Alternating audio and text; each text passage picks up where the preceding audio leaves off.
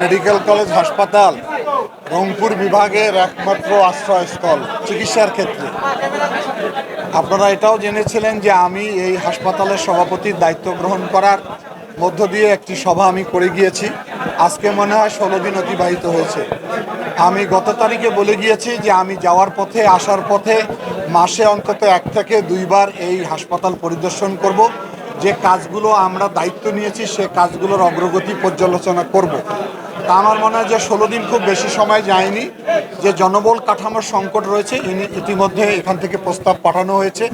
আমাদের যেহেতু বাজেটও বরাদ্দ আছে এবার বেশি এই স্বাস্থ্যক্ষেত্রে, আমরা আশা করি এই জনসংকট যেটা রয়েছে জনবল কাঠামো পাঠানো হয়েছে, এটা হয়তো শীঘ্রই আমরা সমাধান করতে পারবো।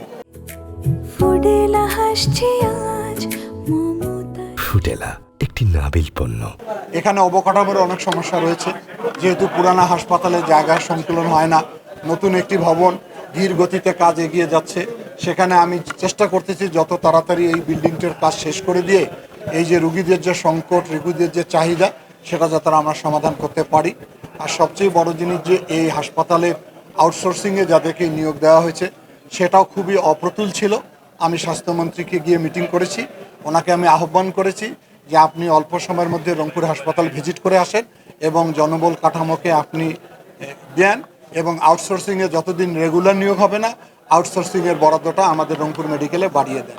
আমি মনে করি একটু সময় দেন, আমি এটাকে সামগ্রিকভাবে আমার নজরদারিতে রাখছি। প্রতি মুহূর্তে আমি ডাইরেক্টরের সঙ্গে কথা বলি, এখানকার পিডাব্লিউডি ইঞ্জিনিয়ারের সঙ্গে কথা বলি, যাতে করে এটার পরিচ্ছন্নতা, রুগী সেবাটার মান বাড়ানো যায়।